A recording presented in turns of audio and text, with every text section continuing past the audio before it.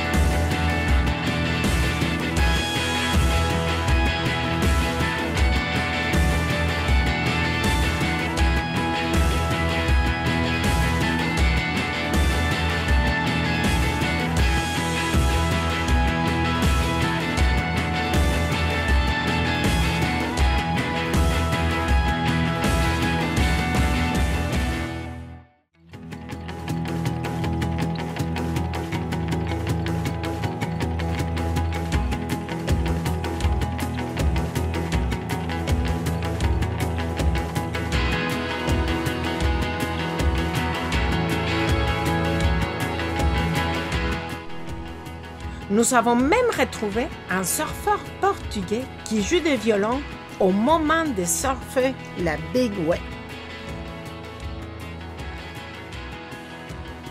Maria est fière d'y trouver un compatriote mexicain, un des meilleurs au monde en jet ski, qui est venu l'affronter.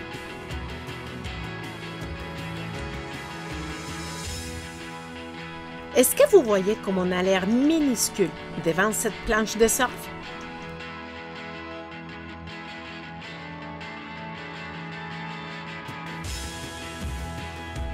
La toiture accueille le phare de cette pointe, mais surtout est un majestueux point de vue sur la mer, les couchers de soleil et l'observation de ce merveilleux phénomène.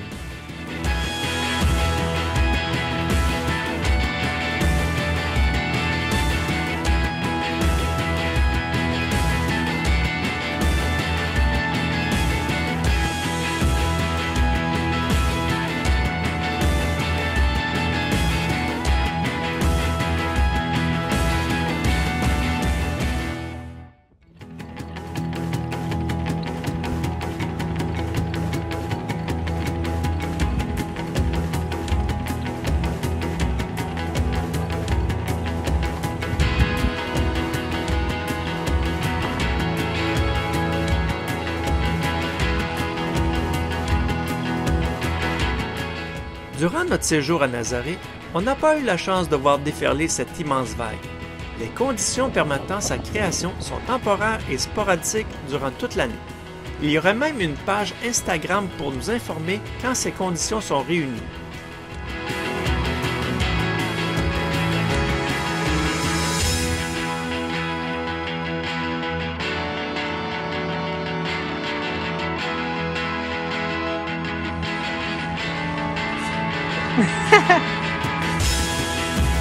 Allez, Tristan!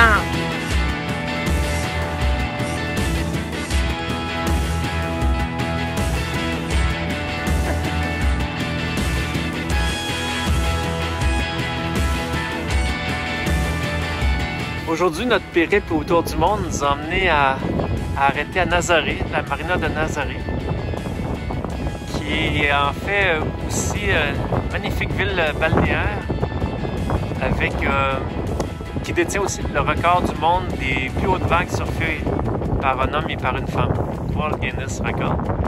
C'est vraiment magique. On est rentré dans un temple, un musée-temple des surfeurs. C'était vraiment génial comme moment. Et la vue sur l'océan était wow! Oui, en fait, toutes ces vagues sont faites à cause d'un canyon qu'il y a sous-marin. C'était vraiment une journée remplie de joie, de beaux moments. Ça nous a fait chaud au cœur de voir qu'on a la chance de pouvoir découvrir des endroits comme ça et surtout partager avec Tristan, de faire découvrir aussi ces endroits qui ne sont pas forcément pour qu'on puisse voir tous les jours. Donc c'était vraiment une très très belle journée. Il y avait un peu de vent, donc j'ai perdu ma casquette. Je l'ai perdue. Mais c'était super, super comme journée.